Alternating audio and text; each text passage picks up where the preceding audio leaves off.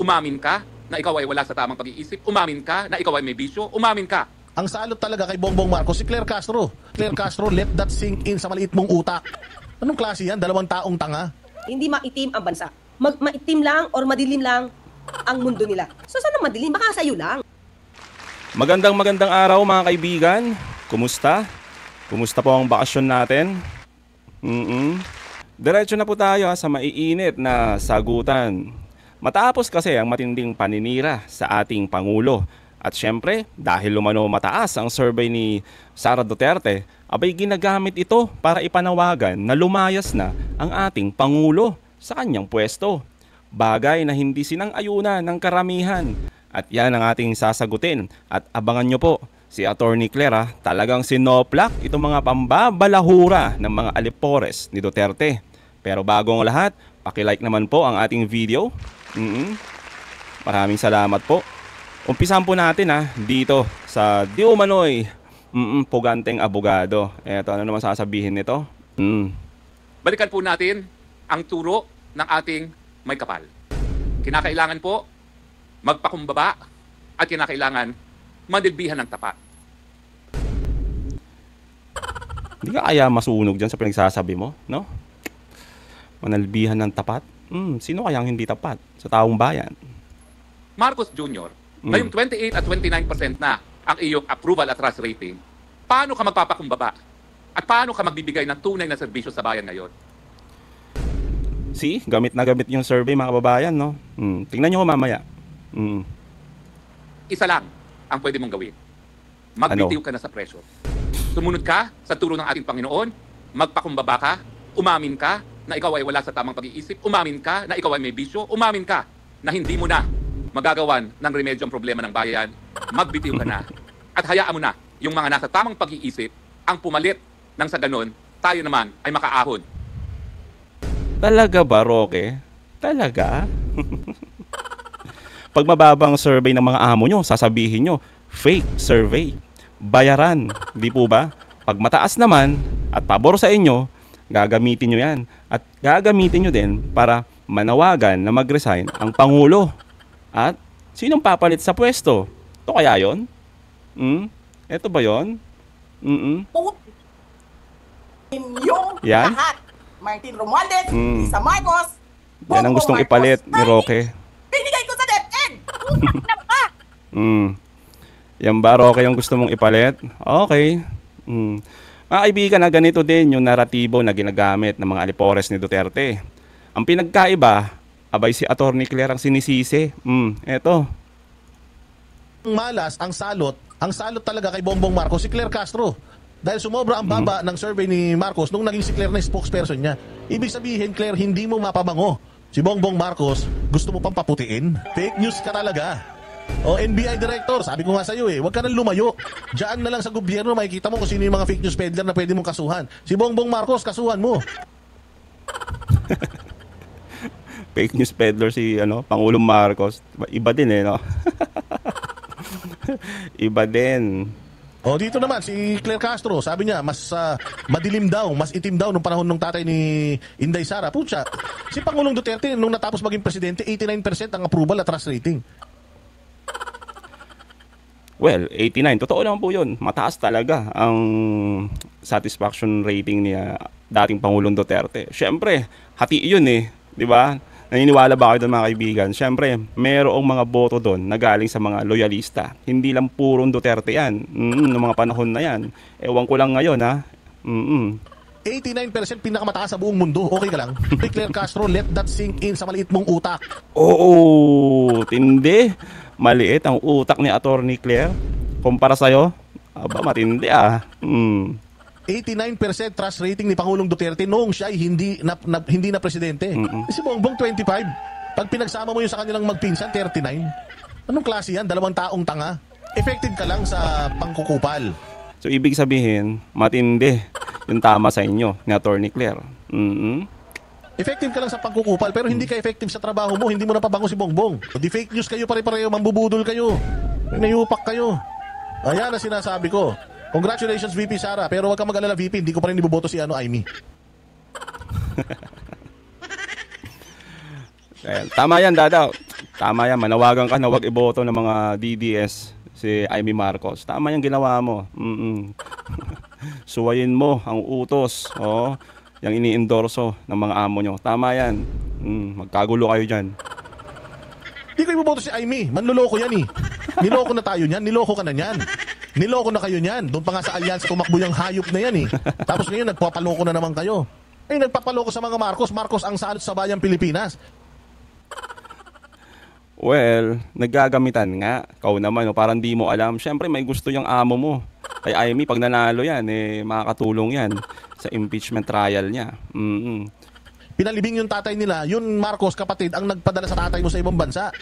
Tapos nandiyan ka hindi nga niya kayang kondinahin yung pangalan niya at banggitin yung pangalan ng kapatid niya sa lahat ng mga isyong kinakaharap ng bayan natin Pinadala ni Pangulong Marcos Sr. yan atin niya na yan para protektahan yung kapatid, Inday. Pusta tayo kukumbinsihin kanya na mag-ayos kayo ni Bongbong kasi ang mga may kasalanan dyan yung mga nakapaligid kay Bongbong. Nek-nek nyo. Lahat dyan makasalanan, lahat ng Marcos dapat wala nang makabalik sa pwesto. Aba matindi yung naratibo na ginagamit nila ngayon, yung survey mga kaibigan. Pansinin nyo to.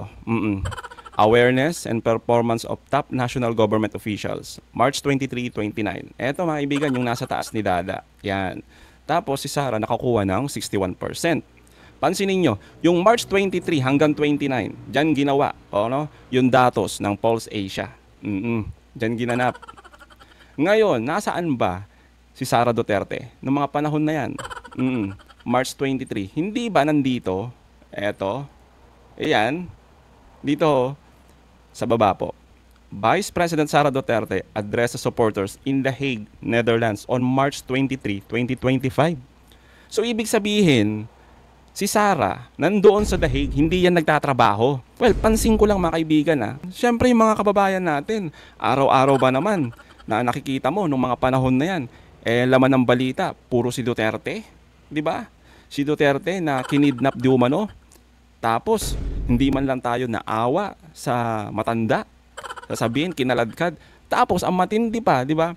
Yung talagang ipinapamuka at pinapahit sa taong bayan, yung kinakaladkad si Duterte habang may background music na parang ganyan, Di ba? Di ba ho? Di ba? Nakakaawa. Siyempre, yung mga Pilipino na yan yung nakikita nila araw-araw, siyempre, naapektuhan yung pagdi-decide nila. Di ba? Kasi yung iba, wala namang pakyo sa politika Pag uwi galing trabaho, magbubukas ng TV, magso-social media, ang unang makikita nila, yan, si Duterte. Di ba? Si BP Sara na laging nagsasalita sa The Hague noong mga panahon na yan. Ang tagal niya po doon tandaan nyo. Tapos, ginagamit yung survey na yan.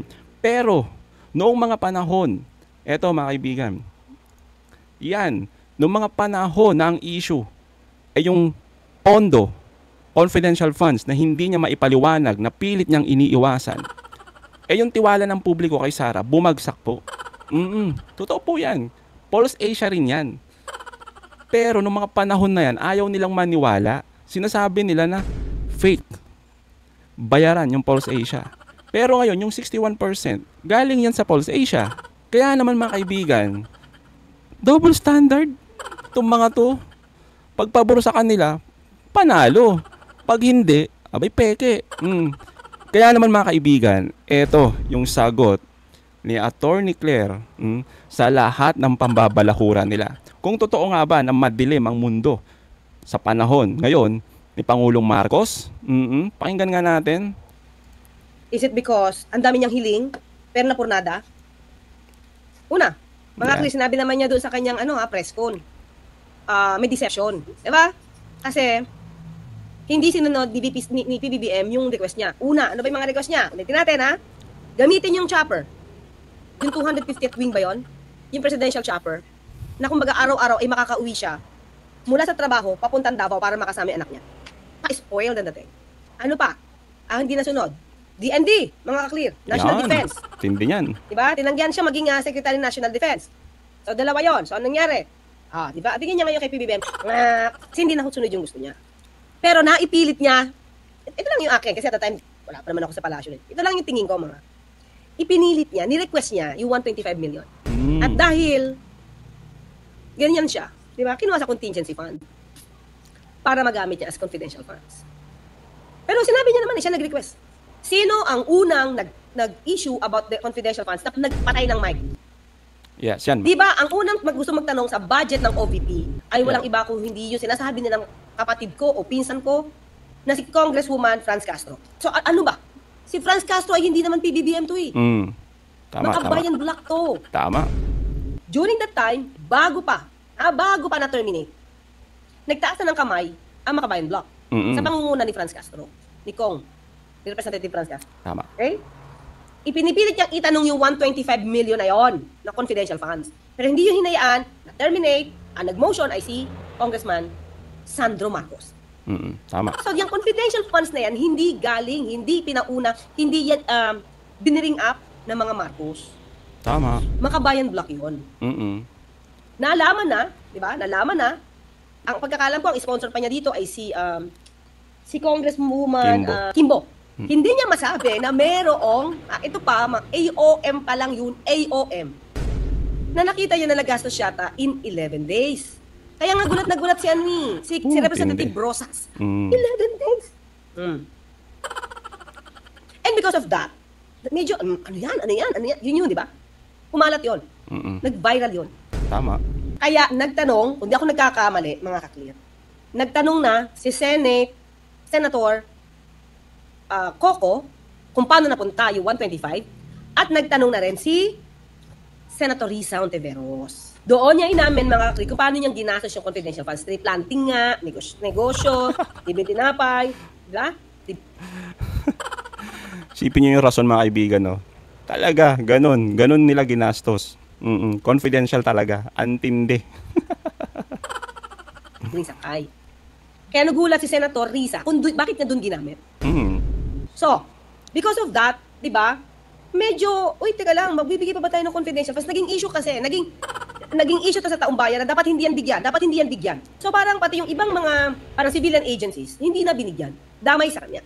Damay sa nangyari doon sa damay doon sa nangyari sa OBP, saka sa DepEd. Diba? 2023, nabigyan pa siya eh. Nabigyan pa siya ng 2023. Kasi nga, di ba, naharang nga. Di ba, naharang nga yung una na budget kaya na ibigay pa eh. May pumangalawa pa eh. Noong 2024 lang, hindi na nagkaroon. At doon na nag-start, mga kaklit. Matapos na hindi siya mabigyan na ng OBP, kumbaga naging issue yung confidential funds, doon na nag-ingay si the father, Digong. The father. Na sinabi niya na rotten, the most rotten institution ay yung house. Diba? Yun yung point. So ngayon na, unti-unti ito na naiimbestigahan hanggang sa umabot na pati tatay niya, si dating Pangulong Duterte, dinala sa Senado. Bakit? Dinala naman nila ni Senator Bato eh.